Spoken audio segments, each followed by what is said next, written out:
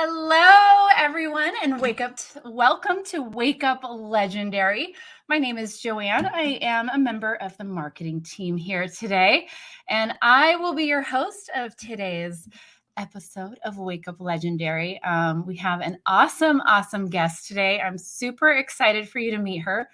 Her name is Bianca, and let me welcome Bianca to the show. Hello. Hi. How are you doing today? I'm doing really well. How about you? I am doing awesome. So, as always, if you are new to the show, you can definitely get reminders to check us out. And whenever we go live, you can text WUL to 813-296-8553 and get a quick reminder of when we go live Monday through Friday. So be sure, if you aren't getting these reminders, definitely sign up for them ASAP. We don't spam you. It's just the reminder for the Wake Up Legendary. So there's nothing to worry about with that. So yeah, definitely sure send that if you haven't yet. So Bianca, I'm super excited. How about you share with us really quick why you picked today as your interview day and why that was important to you? Yeah, absolutely. So today is actually the 7-year anniversary of the passing of my father.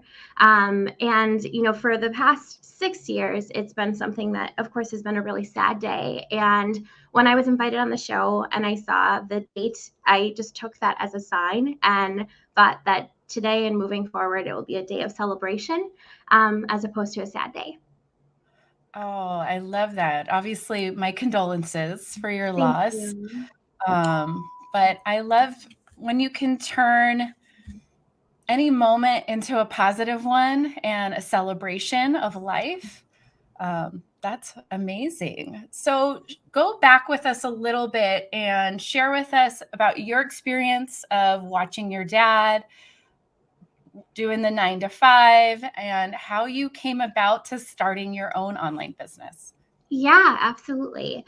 I'd love to share a little bit of background of, where he came from and how he even got here, to begin with. So, my dad grew up in rural Mexico, and he was the oldest of 7 children. And when he was 4 years old, he started working part-time. So my dad was working on a pig farm, and then he also was doing milk deliveries just to help support the family. And then when my dad was in the 5th grade, he actually had to leave school so that he could work full-time. So my dad was 10 when he started full-time work. And, he had been doing that 9 to 5 ever since, except for my dad, it was more so 4 a.m. and about 5 or 6 p.m. So 12-plus-hour shifts were something he was very much used to. When he first came to America when he was 19, he was working 3 jobs. And then by the time that he started, a family with my mother and we were all born, he was working 1 job, but it was 7 days a week. So his work ethic has always been very strong, and he always had that mentality of, needing to work to really support the family. That was his love language. That was the way that he communicated how much he cared. And that work ethic really passed on to me in so many different ways. Now, I don't do manual labor like my dad did, but, just always being ready to rock and roll, get things done, and push myself, no matter what. Oh, I love that. And those are qualities all of us need in our business, especially when starting out. So, fast forward a little bit to what led you here Yeah. and actually taking the leap of faith and starting something online. Yeah, absolutely. So there really was, I think, just a slew of things that had happened in my life and my family's life that kind of led me to this point. And it really started with when I was doing the 9 to 5, and I unfortunately was not treated very well by my employer. This wasn't just, me, it was the entire employee body. And it took me to be pregnant with my twins to really understand that. I had a high-risk pregnancy, and I was denied accommodations to work from home 2 to 3 days a week so that I had less stress in my body, less stress for the babies. And then, a lot of things happened. I watched my kids, fight for their lives in the NICU for 2.5 months, got back to work and just thought there's so much more to life than this. I need to be home with my kids.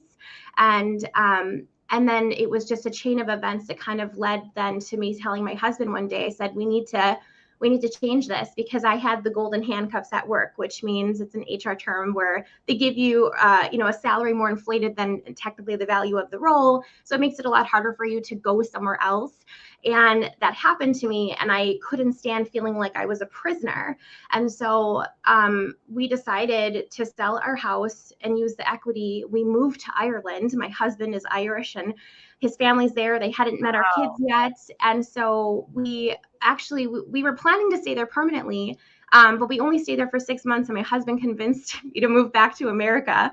So we moved back this June, and it's like we went from having like a house and 2 cars and all of this middle class family to moving into a very small apartment and kind of like restarting our life. And so it was just like taking these massive leaps of faith, things that would probably scare other people. And we knew that. I knew that my family was likely really scared for us and the decisions we were making. And then I found this TikTok video in October, this past October, talking about passive income, talking about earning money while you sleep. And I was like, okay, you know what? I've taken so many like big leaps of faith at this point. Like, what is one more and what is $7? And that's how it started. Wow, what a story. So I know that you had shared, I read in the quick questionnaire that it was really that 9 to 5. What is it that you really disliked in what you saw from your dad and from your own experience that you're like, I can't go back to that? Yeah, that's a great question. With my father, I think that he was such a strong worker, but at the end of the day, he really saw his, leadership as people that he always needed to respect because they were giving him money. So it wasn't like I'm earning this and I deserve this money.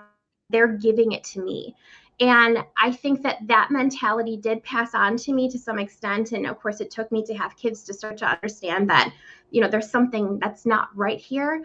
The thing that really was unsettling to me beyond them denying my accommodation, for my pregnancy, was having to ask them permission kids to the doctor. But this isn't just me. This is anybody who's in a 9 to 5. When you have children, or even if you don't have children, you still have to ask permission to live your life.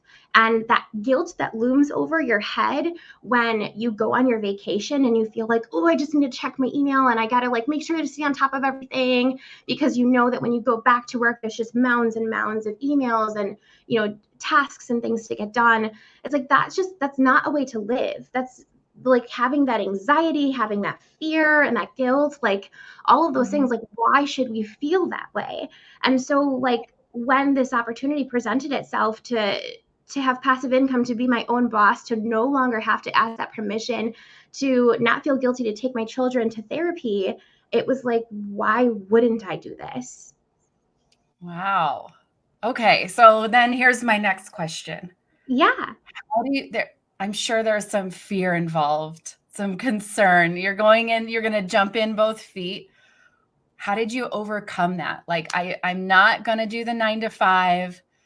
I don't have $1 million in the bank, but I need to do this. I need to go down this path and start this journey. How did you do it?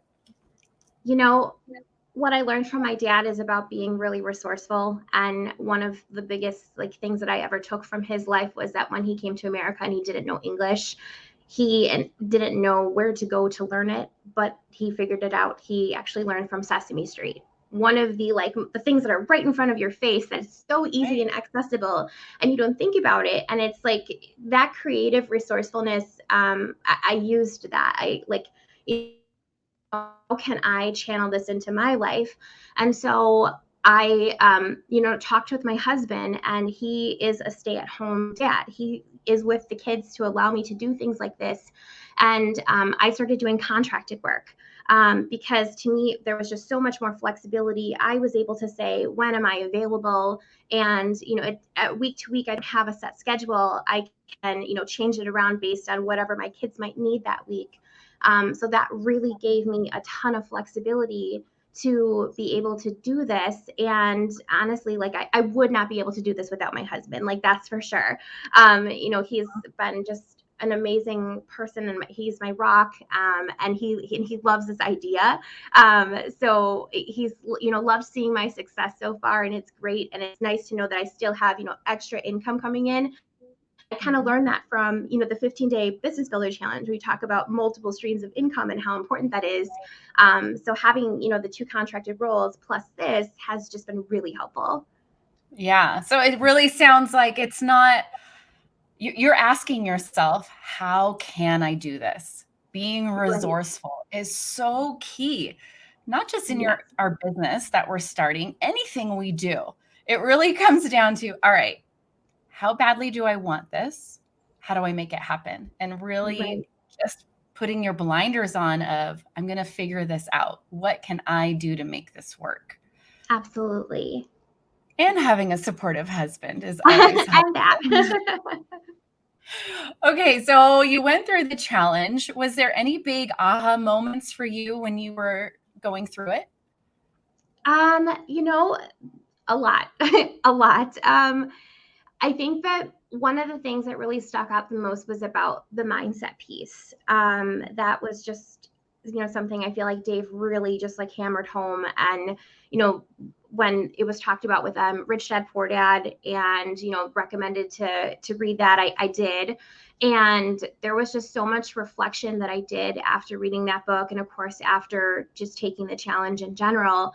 And I did think to myself, like, do I have a rich dad? Do I have a poor dad? Like Robert? And and I thought about it, and it's like, well, technically, I mean, literally my dad was really poor, and like, obviously like built a really great life. But like he never put me in a box to say, Bianca, you need to go to college and you need to do this. Like, this is the only way to do it. It was like anything that I did was amazing to him, right? And he always just encouraged me to go out and do whatever I wanted to do, to chase my dreams. He actually, he wanted me to be a singer, but he was a big dreamer, and I loved that about him. And that, I think, just being able to really relate back to my personal life with taking the 15-day challenge just meant so much to me, because I just connected with it really, really well. And my mind was shifting, and it was opening to the possibilities of like leaving that kind of, societal norm of going to the 4-year educational institution, getting your degree, potentially even going further and doing graduate studies. I got 2 master's degrees, and I was very much aligned with norm, and I still did not feel self-fulfilled after all of that. And it's like we really, I think, embrace that 4-year educational institution track.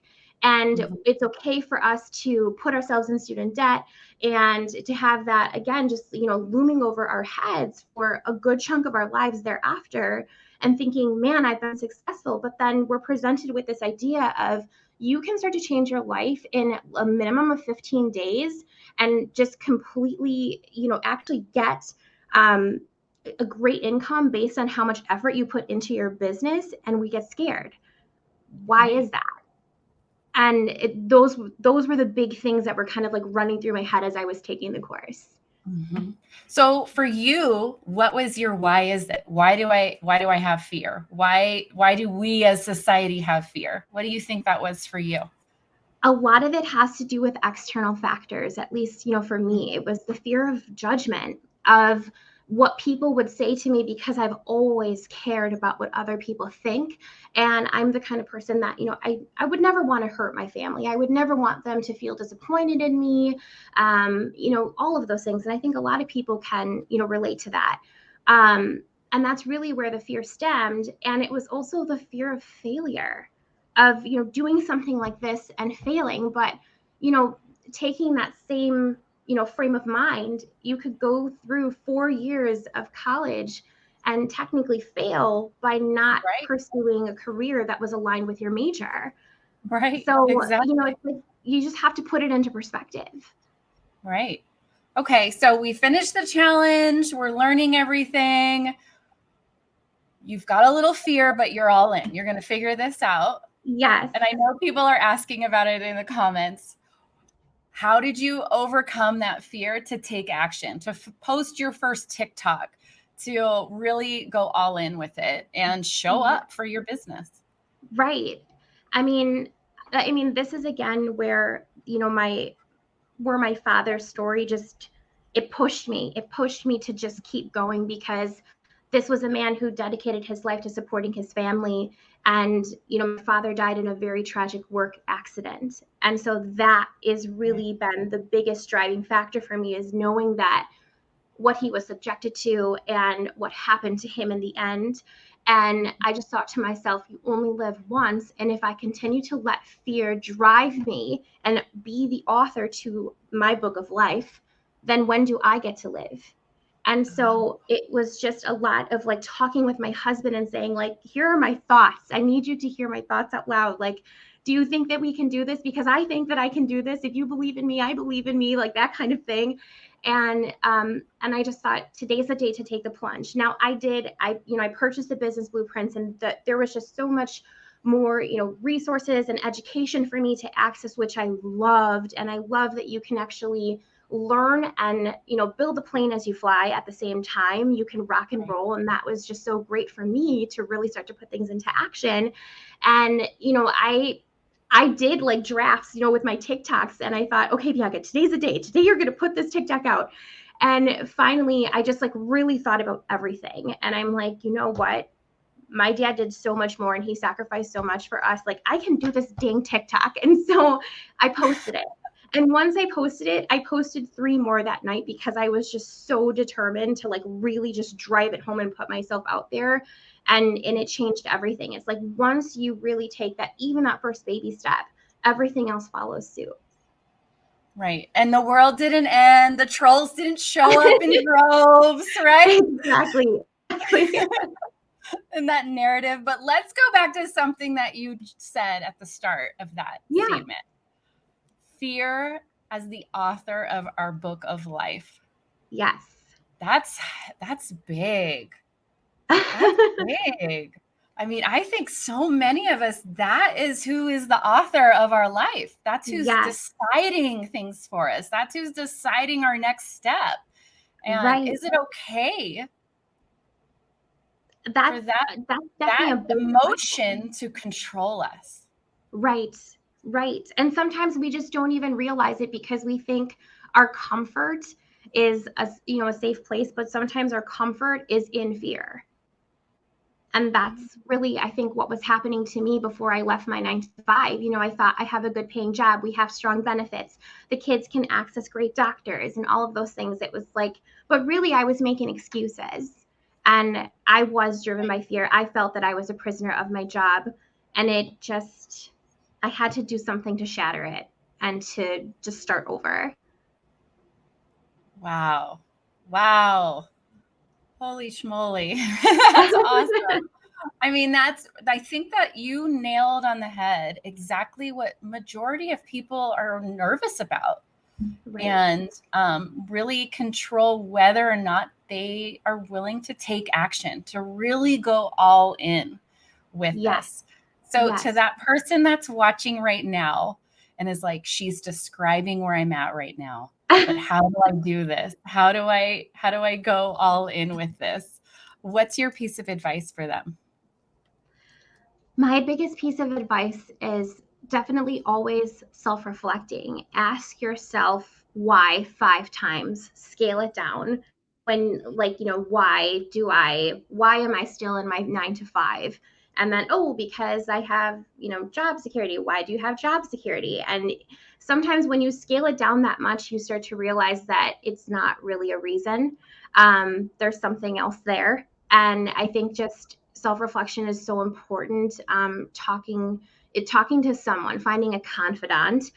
Sometimes it's not our family when it comes to something this big, taking a plunge, and that's unfortunate to say, but sometimes it's not. So finding that one person that you can trust. I mean, we do also have, the Marketer Facebook group. I think that's an awesome resource for people to, ask a question like that and hear a lot of people also tell their story. It's so important. But being able to find that community of like-minded individuals so that you don't feel like you're alone. and then just kind of going from there. And sometimes we're not ready right away, but if you start doing the work by asking yourself the question and by reflecting, that is a step in the right direction. Wow. Awesome. Awesome. All right. So you are showing up on TikTok, right? And you're a little bit Yes. just starting out on Instagram, but your main traffic source is TikTok. How's it Right. going? How's that experience going for you? You know, it's going as well as it can right now. Okay. I haven't gone viral or anything at this point, but I'm okay with that because to me, I'm learning every single time that I post a TikTok. I do still self-reflect. I do practice what I preach. And I try to understand, more about like the videos that have gone viral, studying them and being able to, do my own version of it. Seeing what my followers are most receptive to, I think is really important. And just continuing to put out content. Now I do have 2.5-year-old twin boys, and it does get a little bit hard sometimes. Definitely, one of my sons was just diagnosed with autism, and they both of them are in therapy. They were born very early in life. And so, juggling all of that does get really hard, but time management has been so important for me to find that block of time that I can dedicate each day. Or if I have a larger window on the weekends, saving TikToks in my draft and then posting them as I can throughout the week. So it's just, I found time and time again, the consistency is just so important, and not to let the numbers get you down, because overall you're getting yourself out there and you're working on getting that organic traffic. Right. Wow. That was huge. And that's really what it's all about, being consistent, Yeah, time management. When you have the time and the drive or that creative spirit, do a whole bunch of different videos, put them in your drafts so that when it is exactly. crazy with 2.5-year-old twins, you can just hit post instead of trying to come up with something, right? Exactly. So who is your avatar? What's the audience you're trying to reach? I resonate most with individuals who do have children and, are looking for that way to possibly escape the 9 to 5 so that they can have the flexibility to be home with their kiddos, or even just be more present in their lives than they can right now. I definitely find that to be so important, just of course, with everything that has happened in my life. But I'm also I'm also open to helping, other individuals, because for me, I've been in HR for 10 years. And so helping everyone has always been my thing. But of course I resonate most with the individuals who do have little ones at home and are looking to have that flexibility. Right. I love it. Perfect. Do you put them on your videos or no? I put my son in one video, and it did actually work out really well. Sometimes it's hard because he keeps reaching for the camera and I'm like, oh no. um, but I mean, they've been in the room a lot when I make TikToks, and for those ones, of course, I just mute the original sound and just kind of like, I'm pointing at stuff so nobody knows that my kids are screaming and jumping on the bed while it's being made. So it works. Right. You need to have a camera on them showing this is Right. what it's like being an entrepreneur, running your business, making content with 2-year-old twins in the background, right? Keeping it Right. authentic and real to your story. I love it. But it's also an example of, it goes back to what we talked about at the start. There's always a way. You just figure it out. It's Exactly. not, this is my roadblock. This is my roadblock. I can't do this. I don't have enough time. I have toddlers. I have this. I have that. It's Right. all right. This is my life, and we're going to roll and make it work the best way possible. Right? Exactly. Yes. So anyone feeling like they just don't have time, that's kind of a common, I don't have time. I don't know how to make this work. I know you juggle a lot. So how do you practice time management? Yeah, it's a good question. I think that with my sons, and especially my son who was recently diagnosed with autism, I mean, he's had it all his life. We've noticed that. So the reason I bring that up is because sometimes he has good hours and bad hours, and sometimes he has good days and bad days, and that does dictate what happens in our schedule that day. Um, so, Right. for me, it's always like you have to be able to roll with the punches and just say, these are the things that I know I have to get done today. Absolutely. And then you just find ways to fit them in. I mean, last night is a really good example. My son was having so many meltdowns throughout the day. And of course, I was also doing my contracted work. And we went for a car ride late at night, and I knew I still had to post my. So as soon as they went to bed, I went and I did my TikToks because I'm like, I have to get these done. It's important for my business, and I just have to keep my eye on the prize. And you just always have to ask yourself, why am I doing this? And I think that's always just a huge motivator. And I remember on Wake Up Legendary, just like a few episodes back, somebody was talking about motivation plus discipline, that's really what makes success. And I completely just resonated with that. And I think that's just important to reiterate to people out there that it's like, if you want this bad enough, you can be motivated and you can discipline yourself to really drive this home. Right. As Dave would say, there's nuggets, right? Motivation and discipline. Huge, huge, huge.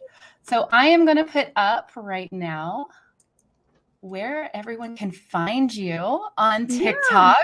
Come find me. Please go on there. We put up where you can follow our guests so that you go on there, comment. I saw you on Wake Up Legendary. Give her some love, give her a follow, start watching her videos, her journey. And it was so awesome to have you on today, Bianca. Any last words to share with our audience who is also kind of just starting out where you are? You're newer to this. So any last piece of advice before we go for anyone starting out? Yeah, definitely. There's no time like the present, really. Just put the excuses aside, and maybe today is your day. Don't let anyone get in your way.